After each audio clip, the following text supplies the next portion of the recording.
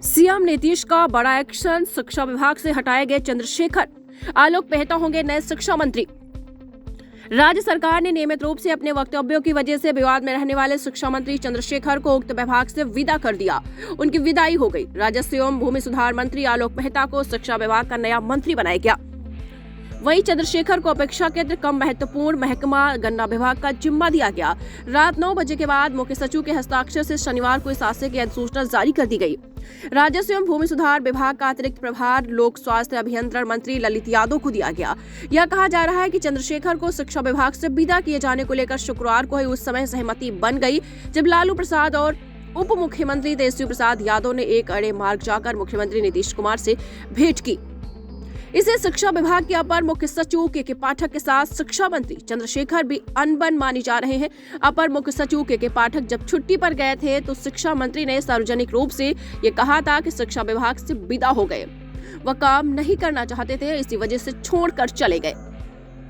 यह चर्चा तेजी से फैली कि के पाठक अब शिक्षा विभाग में वापस नहीं लौटेंगे। इस दौरान मुख्यमंत्री ने के पाठक को बुलवाया। मुख्यमंत्री से बातचीत के अगले ही दिन के पाठक ने शिक्षा विभाग में योगदान कर लिया।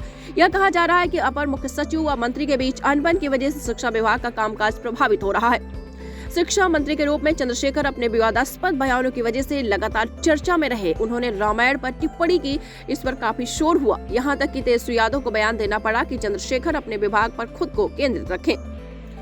भवन निर्माण मंत्री अशोक चौधरी के खिलाफ भी चंद्रशेखर का बयान खूब चर्चा में था। इसी वजह से जदयू और राजद के रिश्ते पर भी विपक्ष द्वारा सवाल उठाया जाने लगा। यह माना जाता है कि चंद्रशेखर को हटाया जा सकता है। मधेपुरा जिले के रहने वाले चंद्रशेखर पूर्व की महागठबंधन सरकार में आपदा प्रबंधन मंत्री थे।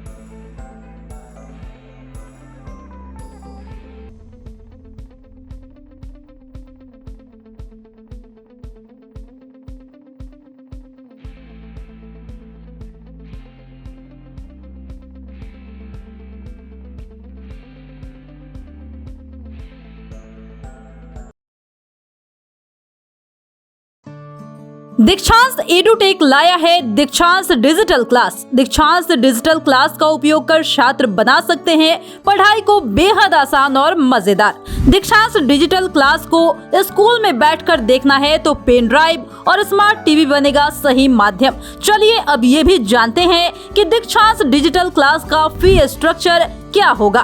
नर्सरी से लेकर यूकेजी के लिए 7,000, नर्सरी से लेकर दूसरी कक्षा के लिए 12,000, नर्सरी से लेकर 5वीं तक के लिए 18,000, नर्सरी से लेकर 8वीं तक के लिए 24,000, नर्सरी से लेकर 10वीं तक के लिए 30,000। अगर आपको डेमो करना है तो उसके लिए आप दीक्षांत डिजिटल क्लास के यूट्यूब चैनल को विजिट कर सकते हैं। हमारे यूट्यूब चैनल को सब्सक्राइब और फेसबुक पेज को लाइक करना ना भूलें। धन्यवाद।